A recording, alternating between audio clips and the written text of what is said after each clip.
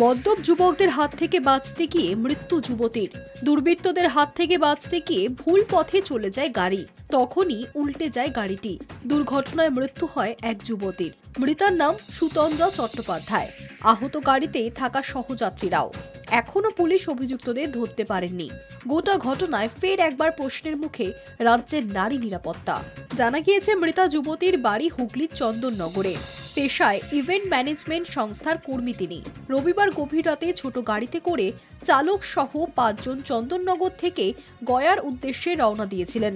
গাড়িতে ছিলেন সুতন্দ্রাও। বুদবুদে একটি পেট্রোল পাম্পে তেল ভরানোর সময় গাড়ি দাঁড় করাতেই কয়েকজন যুবক সুতন্দ্রাকে উত্ত্যক্ত করতে থাকে। বুদবুদ থেকে পানাগড় পর্যন্ত কয়েকজন যুবক একটি ছোট্ট সাদা গাড়িতে করে তাদের ধাওয়া করে। অভিযুক্ত যুবকরা সকলেই মত্ত ছিলেন বলে দাবি।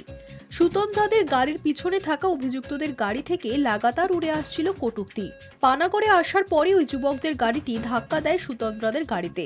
পানাগড়ের বাজারে রাইস মিলের রোডের মুখে তাদের গাড়ি আটকাতে গেলে ভয়ে সুতন্দ্রাদের ছোট গাড়িটি রাইস মিল রোডে দ্রুত গতিতে ঢুকিয়ে দেন চালক।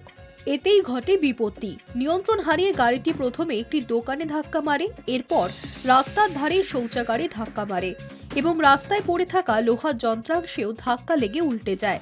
ঘটনাস্থলে যুবতীর মৃত্যু হয়। গাড়িতে থাকা বাকি 4 জন সামান্য আহত হয়েছেন। খবর পেয়ে ঘটনাস্থলে পৌঁছয় কাকসা থানার পুলিশ। দেহ উদ্ধার করে পুলিশ মহকুমা হাসপাতালে ময়না তদন্তের জন্য পাঠিয়েছে।